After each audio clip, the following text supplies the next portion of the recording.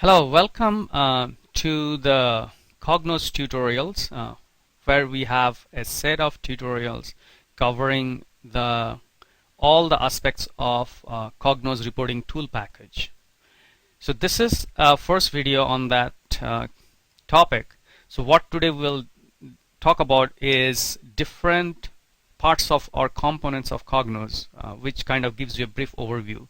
And then from the next videos we'll get into the detail of how to do the modeling, how to create reports, and etc. etc.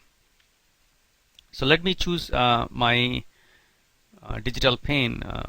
Just give me 1 second.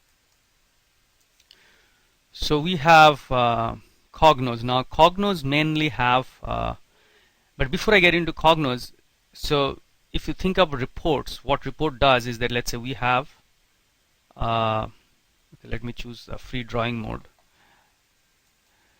Let's say we have a database which has data, right? So it could be your sales data, it could be inventory data.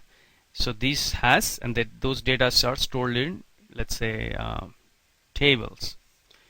And then you have your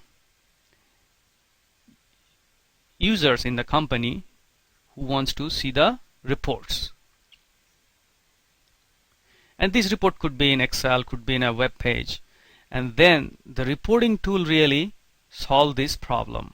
So what they do, again, these are kind of basic stuff which you already know. Gets the data and publishes it in a user-friendly manner.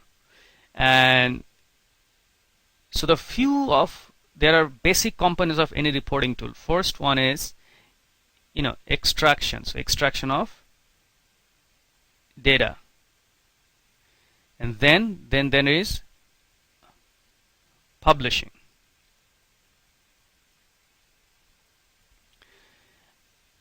Now these are the main components. Now there are other peripheral components. So for example, one could be in access control. For example, who gets to see what? You may not want to expose all your reports to everybody. So there is something called access control.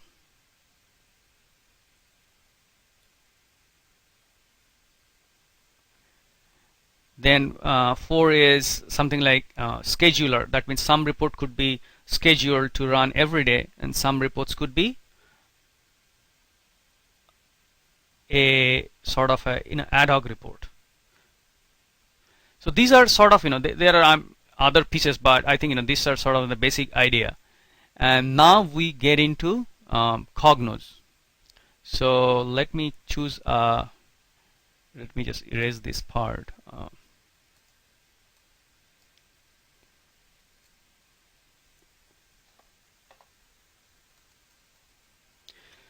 So we were discussing about different parts of Cognos. So, the basic components of reporting. Now coming down to Cognos. So Cognos does these things through this sort of components. The one is something called your model. What the model does is that it maps your database to something which Cognos can understand, which is a model. So it could be a data model or a business model, which we'll get into details later on.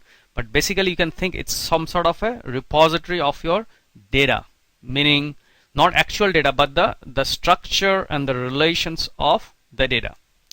Now, and then it has a component called Report Studio. So what Report Studio does is it interacts with your model and then helps you to create reports.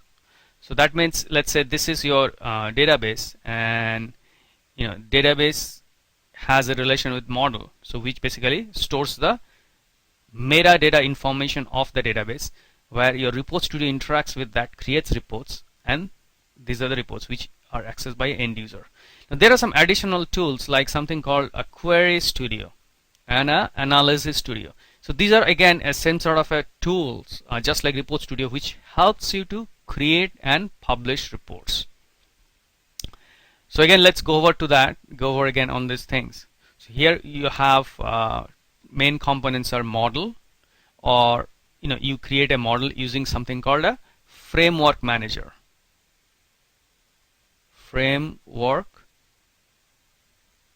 manager. So this is a framework manager. Now, so using framework manager, you create a model which contains the database structure information. So for example, let's say if you want to create a report on sales data, so there could be a table called sales table. So your model would have the information about the sales table, meaning the name of the table, the columns, etc., etc. Now some of the column names you can change it in terms of name, so that you want them to appear with a different name. You can use them. You can also define the relations between tables. So those are all done in model using the framework manager. Then the report manager studio, and there are a set of other tools which you use to create the reports. So that's pretty much the main components of Cognos. Now what we'll do in the next